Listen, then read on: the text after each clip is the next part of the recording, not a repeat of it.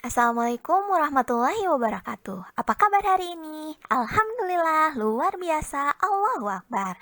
Wah, walaupun puasa, Ibu harap kalian tetap semangat untuk mengikuti pembelajaran hari ini. Silahkan kalian siapkan catatan yang waktu itu sudah Ibu bagikan. Sekarang kita akan lanjutkan pembelajaran kita di tema 7. Kita masih berada di tema 7. Sekarang kita akan lanjut ke subtema 2 mengenai peristiwa kebangsaan seputar proklamasi kemerdekaan. Silahkan buka rangkuman yang sudah Ibu bagikan dan juga buka buku paketnya. Hari ini kita akan mempelajari dua sub pembelajaran. Yang pertama ada peristiwa pembacaan teks proklamasi. Dan yang kedua ada peristiwa menjelang dan sesudah pembacaan teks proklamasi. Sebagaimana yang kita ketahui bersama bahwa bangsa Indonesia pernah mengalami masa penjajahan yang cukup lama. Selama penjajahan, bangsa Indonesia mengalami penderitaan. Oleh karena itu, bangsa Indonesia semangat untuk melepaskan diri dari penjajahan. Namun, usaha untuk memperoleh kemerdekaan ternyata tidak mudah. Indonesia harus melalui berbagai rintangan dan peristiwa sejarah yang perlu dicatat dan menjadi pelajaran bagi kehidupan bangsa. Indonesia pernah mengalami beberapa kali penjajahan oleh bangsa-bangsa Eropa. Namun sekarang Ibu akan menjelaskan hanya dua saja ya. Yang pertama, Indonesia pernah dijajah oleh Belanda. Nah, penjajahan Indonesia oleh Belanda ini terhitung paling lama karena Belanda menjajah Indonesia selama 350 tahun. Nah, yang kedua, Indonesia juga pernah dijajah oleh Jepang. Nah, kalau oleh Jepang, Indonesia dijajah selama 3,5 tahun. Wah, pasti kalian banyak yang bertanya, kenapa proklamasi kemerdekaan itu sangat penting bagi bangsa Indonesia? Nah, proklamasi menjadi peristiwa paling bersejarah bagi bangsa Indonesia. Proklamasi menjadi tonggak sejarah berdirinya bangsa Indonesia menjadi negara yang merdeka dan berdaulat. Proklamasi menjadikan bangsa Indonesia terlepas dari penjajahan. Proklamasi juga menjadi awal bagi bangsa Indonesia untuk menentukan nasibnya sendiri. Sebenarnya, pada akhir bulan Juli 1945, Jepang menyetujui pemberian kemerdekaan kepada Indonesia pada tanggal 7 September 1945. Tapi itu sepertinya hanya taktik Jepang saja. Sebelum hal tersebut terjadi, pada tanggal 6 dan 9 Agustus 1945, bom atom dijatuhkan sekutu di kota Hiroshima dan Nagasaki yang berada di wilayah negara Jepang. Nah, karena hal tersebut, Jepang menyerah tanpa syarat kepada sekutu, tepatnya pada tanggal 15 Agustus 1945. Akibatnya, di Indonesia terjadi kekosongan kekuasaan. Nah, kesempatan inilah yang kemudian dimanfaatkan oleh bangsa Indonesia untuk memproklamasikan kemerdekaan. Ini membuktikan bahwa kemerdekaan yang didapatkan oleh negara Indonesia itu bukan hasil pemberian Jepang, melainkan hasil perjuangan seluruh rakyat Indonesia.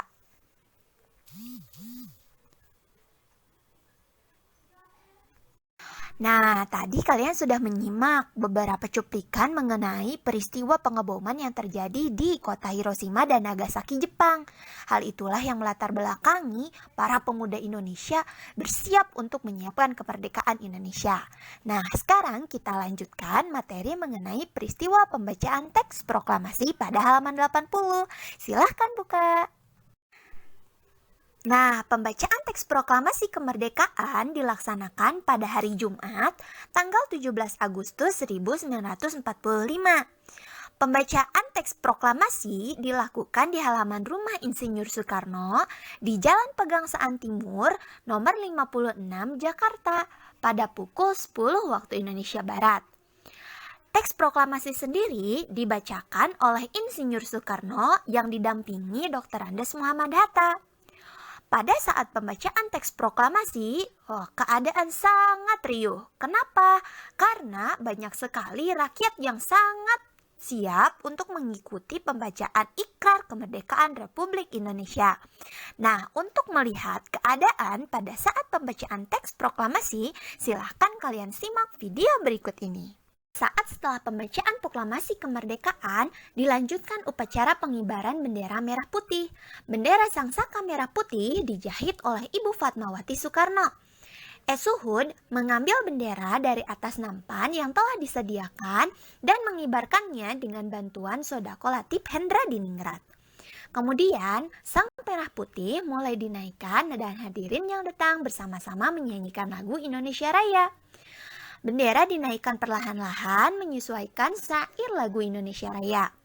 Seusai pengibaran bendera merah putih, acara dilanjutkan dengan sambutan dari Wali Kota Suwiryo dan Dr. Muwardi. Ini adalah gambar yang diambil pada saat peristiwa proklamasi kemerdekaan Republik Indonesia. Ini di sini dapat kalian lihat terjadi pengibaran bendera merah putih yang dibantu oleh Esuhud dan Latif Hendra Diningrat yang disaksikan oleh seluruh rakyat Indonesia dan dihadiri juga oleh beberapa tokoh penting dalam pelaksanaan pembacaan teks proklamasi. Ini adalah gambar teks proklamasi yang dibacakan oleh Insinyur Soekarno pada tanggal 17 Agustus 1945. Bisa kalian lihat, di bagian bawah terdapat tanda tangan Insinyur Soekarno dan Dr. Andes Muhammad Hatta. Tanda tangan ini mengatasnamakan seluruh bangsa Indonesia. Yang ini adalah gambar bendera pusaka yang dijahit oleh Ibu Fatmawati yang dikibarkan pada pelaksanaan Proklamasi Republik Indonesia pada tanggal 17 Agustus 1945. Nah, bendera ini disebut sebagai bendera pusaka yang tidak pernah dikibarkan lagi, tapi disimpan di Museum Nasional. Dan kalau misalkan pada tanggal 17 Agustus, biasanya dibawa oleh para pengibar bendera untuk diserahkan kepada pemimpin negara, yaitu Presiden Republik Indonesia. Sekarang kita lanjutkan mengenai peristiwa menjelang dan sesudah pembacaan teks proklamasi yang terdapat pada halaman 90. Silakan dibuka catatannya. Nah, berikut ini adalah beberapa peristiwa menjelang pembacaan teks proklamasi. Yang pertama, Indonesia mendengar berita Jepang menyerah kepada sekutu. Mengapa peristiwa ini penting, Bu? Nah, karena Jepang itu menyembunyikan berita kekalahannya dari bangsa Indonesia. Jadi pada saat itu Indonesia tidak tahu bahwa Jepang sudah kalah dari sekutu. Kenapa? Karena Jepang masih ingin menguasai bangsa Indonesia.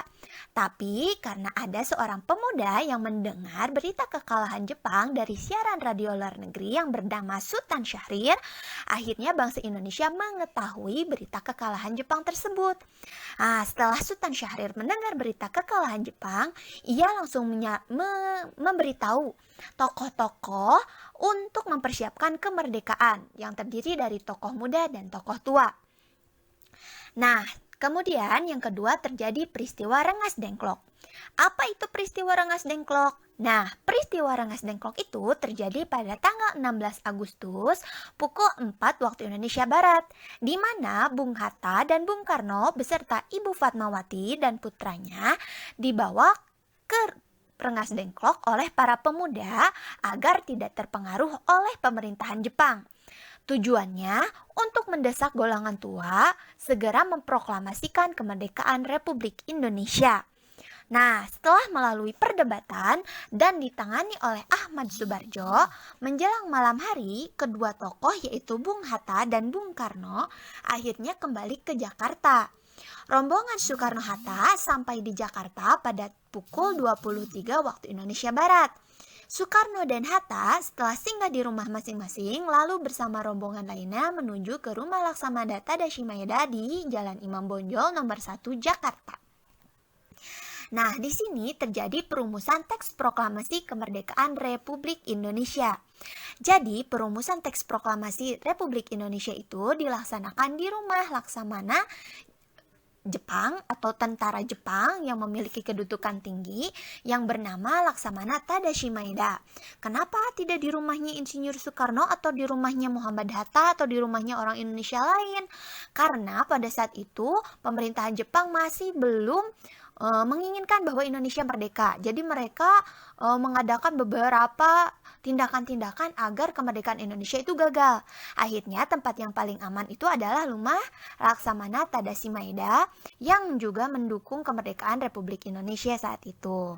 Nah, perumusan teks proklamasi sampai dengan penandatanganan baru selesai pada pukul 4 waktu Indonesia Barat pada tanggal 17 Agustus 1945.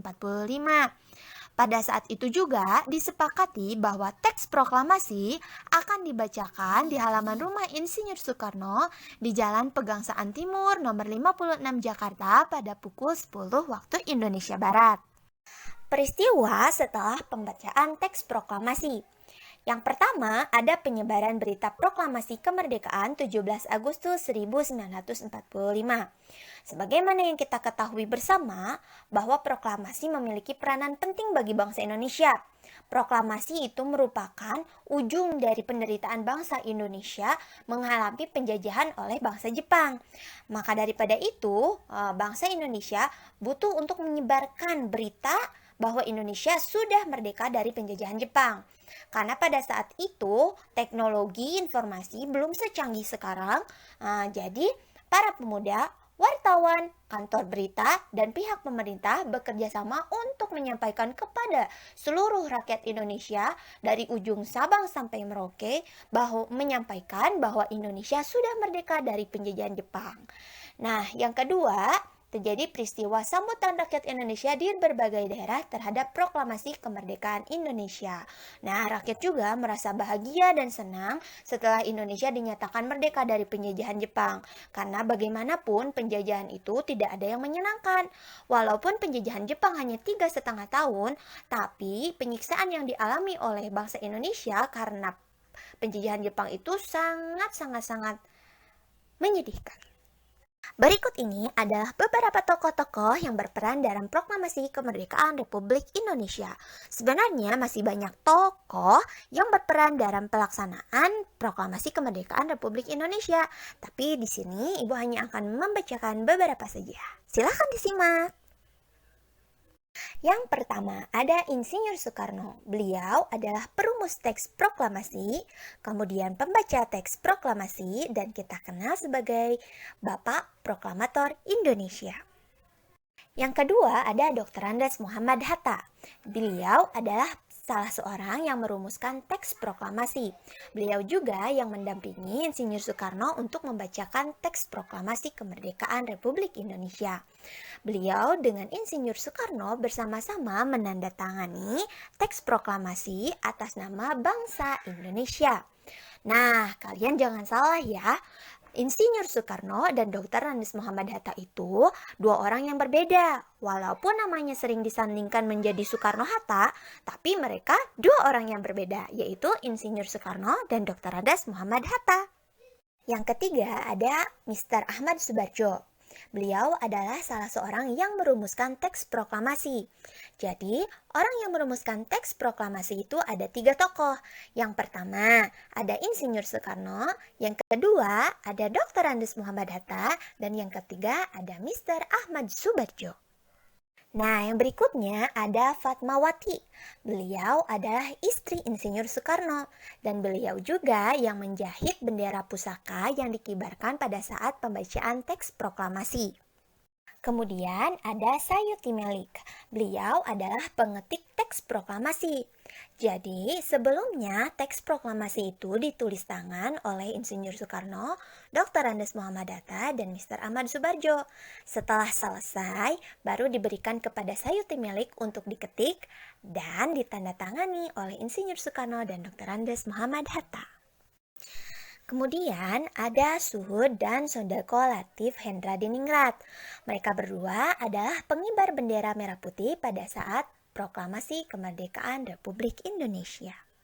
Yang berikutnya ada Sultan Syahrir. Beliau adalah pemuda yang mendengar berita kekalahan Jepang dari sekutu.